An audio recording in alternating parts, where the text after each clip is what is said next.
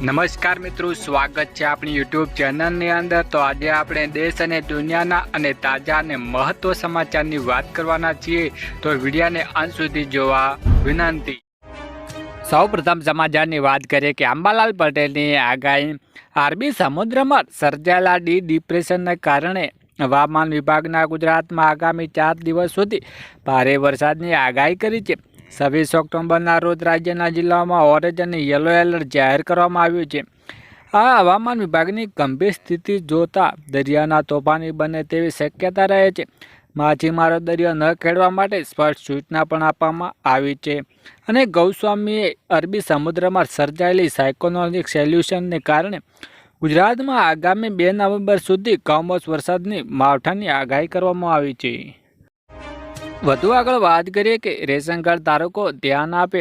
આ વખતે ભલે અનાજ મળી ગયું હોય, પરંતુ આવતા મહિને અનાજ નહીં મળે, કારણ કે ગુજરાતમાં આશરે 17,000 સસ્તા અનાજ દુકાનો તેની પડતર માંગણીઓના વિરોધમાં 1 નવેમ્બરની અચોચક મુદત સુધી બંધ રહેશે। અને ફેર પ્રાઇસ એસોસિએશનને દુકાનદારોને 1.5 વર્ષ પહેલાં સરકારે આપેલી ખાતરીઓને અમલ ન થતાં વિવાદાસ્પદ પરિપત્રોમાં વિરોધ અસરધારકોને આંદોલન કરવા નિર્ણય લીધો છે અને તેમની મુખ્ય માંગણીઓનો છેલ્લા 4 વર્ષની કમિશન ન વધારવાનો મુદ્દો પણ કર્યો છે।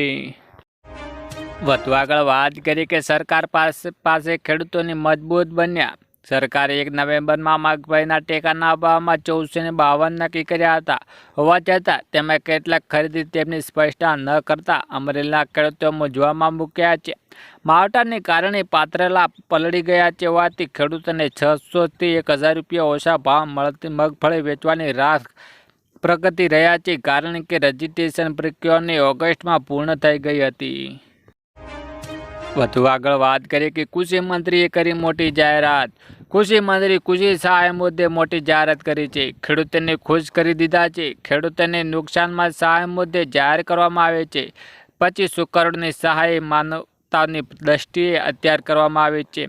કૃષિ મંત્રીએ જરૂર પડે તો સહાય 5,000 કરોડ સુધી લંબાવવાની તે બાંયધરી આપી છે। વધુ મહત્વની આગળ વાત કરીએ કે ધંધા માટે 1 લાખ રૂપિયા મળશે લોન। કેન્દ્ર સરકારના રોજગારમાં હેઠળ યુવાનોને પોતાની વ્યવસાય શરૂ કરવામાં 10 લાખ સુધીનો લોન આપે છે। 18 થી 35 વર્ષના બેરોજગારો અને ઓછામાં ઓછું 8મા ધોરણ પાસ કરેલા યુવાનોને લાભ મળે છે।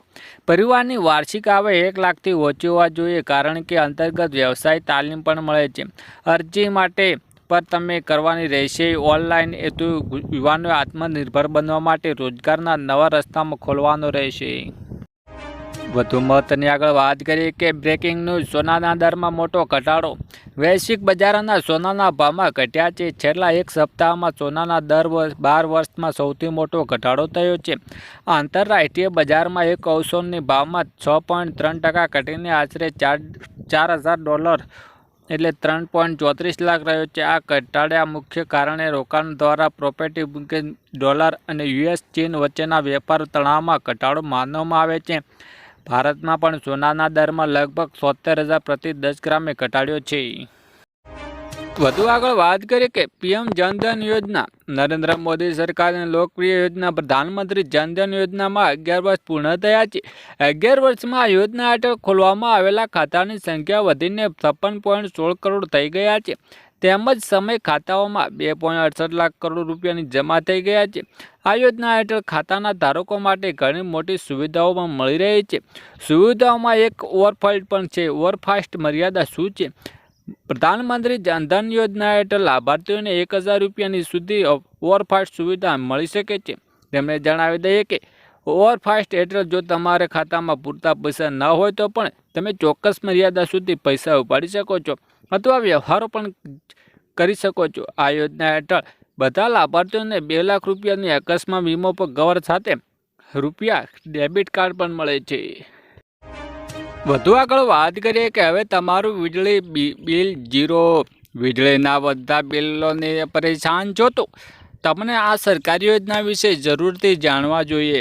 આ સરકારી યોજના દ્વારા માત્ર તમારી વીજળીના બિલ ઓછા થશે, પરંતુ દર મહિને પૈસાની બચત પણ થઈ શકે છે।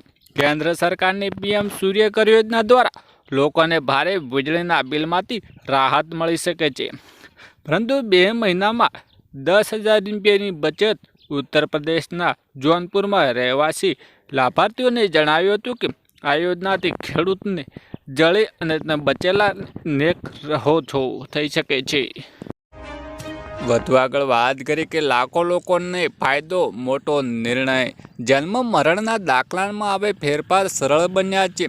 રાજ્ય સરકારમાં જાહેર કરેલા નવો પરિપત્ર કહે છે કે જન્મ કે મરણમાં દાખલા કઢાવતી વખતે કોઈ પણ કલાક દ્વારા કોઈ પણ પ્રકારની ભૂલ રહી ગઈ હશે તો કોમ્પ્યુટરમાં નોંધ કરતી વખતે કોઈ ભૂલ રહી ગઈ હશે તો તમારી ભૂલ યોગ્ય દસ્તાવેજના આધારે કરાઈ કરીને સુધારો આપવામાં આવશે. આ ઉપરાંત જો જન્મ મરણ દાખલા કોઈ ભૂલ જાણી જોઈને કરવામાં આવી રહી છે તો પુરવઠો રજૂ કરવા પડશે. ખરાઈ બાદ ફેરફાર કરી શકાશે. વધુ આગળ વાત કરી કે 25,000ની સહાય ખેડૂતોને. ખેડૂતોને 25,000 રૂપિયાની સહાય મળશે. ગુજરાતના ખેડૂતોને ખેતીકામ ખૂબ જ સહાય સ્વરૂપે આપવામાં આવે છે. આ યોજના મારફત ગુજરાત ખેડૂતોને સનેડો મિની ટ્રેક્ટર ઉપયોગી થાય તે માટે શુભ આશયથી સાધન ખરીદવા માટે હેક્ટરની કુલ 25% અથવા 25,000 રૂપિયા બેમાંથી જે ઓછું હોય તે લાભ આપવામાં આવે છે. વધુ આગળ વાત કરી કે મોદી સરકારની દિવાળીની ભેટ. કબીરની મોદી સરકારે દિવાળી પહેલાં મધ્યમ વર્ગને મોટી ભેટ આપવામાં કેન્દ્ર સરકાર ગૃહ નિર્માણ અને શહેરી બાબતોમાં મંત્રાલય પ્રધાનમંત્રી આવાસ યોજના PM શહેરીમાં 2 હેઠળના 1.41 લાખ વધારાના મકાનો નિર્માણને મંજૂરી આપી દીધી છે. આ યોજનાના હેઠળ સરકાર શહેરી ગરીબોને મધ્યવર્ગના તેમના પોતાના ઘર માટે મદદ કરે છે. વધુ આગળ વાત કરી કે ખેડૂતોને સુધરી દિવાળી બોનસ મળશે. સરકારે ખેડૂતોને તેમના ખરીફ પાકોમાં પોષણ ભાવ મળી રહે તે હેતુથી ખરીદ માર્કેટિંગમાં સિઝન 2025 અને 26 માટે લઘુત્તમ ટેકાના ભાવ પર ડાંગર, બાજરી, જુવાર, રાંગી અને મકાઈ ખરીદી જાહેર કરી છે. ગુજરાત રાજ્યના નાગરિક પુરવઠા નિગમ લિમિટેડ દ્વારા ખરીદી 1 નવેમ્બર 2025થી 30 જાન્યુઆરી 2024 સુધી કરવામાં આવી રહી છે. વર્ષ સરકારે બાજરી, જુવાર અને રાગીના ટેકાના ભાવમાં ઉપરાંત ક્વિન્ટલ 300 રૂપિયા બોનસ પણ આપવામાં આવેની જાહેરાત કરી છે. જે ખેડૂતોને આ યોજનાનો લાભ લેવા માટે ઈચ્છુક હોય તો તેમણે 1 થી 31 ઓક્ટોબર 2025 દરમિયાન બાયોમેટ્રિક અને ઓથેન્ટિકેશન દ્વારા ઓનલાઈન નોંધણી કરીને ફરજિયાત છે. વધુ આગળ વાત કરી કે મહિલાઓને 21,000 રૂપિયાની સહાય. દેશની મહિલાઓને નરેન્દ્ર મોદીની હરિયાણાના પાણીતર પણ વીમા સખી યોજના શરૂ કરવામાં રહી છે. LIC વીમા સખી યોજના હેઠળ 10 પાસ અને 18 થી 70 વર્ષની મહિલાઓને સામેલ કરવામાં આવી રહી છે. આ મહિલાઓને વર્ષ સુધી સ્પેશિયલ ટ્રેનિંગ આપવામાં આવે છે અને શરૂઆતમાં 3 વર્ષ સુધી એક ચોક્કસ વેતન પણ મળે છે. આ સ્કીમ હેઠળ વીમા સખી યોજના શરૂ કરવાના 3 વર્ષ સુધી 5 થી 7,000 રૂપિયાનું વેતન પણ મળે છે. આ બાદ વીમા સખી રૂપે કામ કરશે તો તેમને દરેક પોલિસી પર કમિશન આપવામાં આવશે. LIC અધિકૃત વેબસાઇટ પર જઈને આ યોજનાના વિશે અરજી કરતી વખતે માહિતી અનુસાર આ ઉચ્ચ યોજના LIC સાથે કામ કરતા કર્મચારીઓને પરિવારોને આમાં ભાગીદારની તક મળે છે. વધુ આગળ વાત કરી કે આયુષ્યમાન કાર્ડને લઈને જ મોટી જાહેરાત. આયુષ્યમાન ભારત હેઠળ વીમા કવચને બમણું કરીને 10 લાખ રૂપિયાને મહિલાઓને 15 લાખ રૂપિયા કરવામાં તૈયારીઓ ચાલી રહી છે. આ યોજના હેઠળ કેન્દ્ર સરકાર દ્વારા ખાનગી હોસ્પિટલમાં 4 લાખ બેડ ઉમેરવાની સાથે લાભાર્થીઓની સંખ્યા 55 કરોડથી વધારીને 100 કરોડ કરવાની તૈયારી કરવામાં આવી રહી છે. NDA સરકારના ત્રીજા કાર્યકાળમાં આ યોજનાને કેન્દ્રીય આરોગ્ય મંત્રાલયને મુખ્ય પ્રાથમિકતાઓને એક તરીકે રજૂ કરવામાં આવી રહી છે.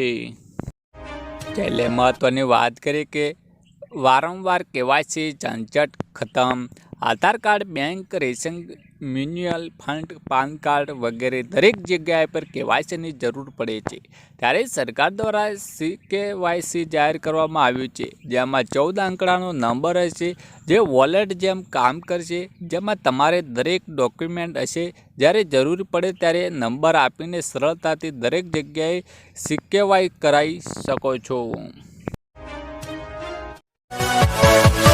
Yeah.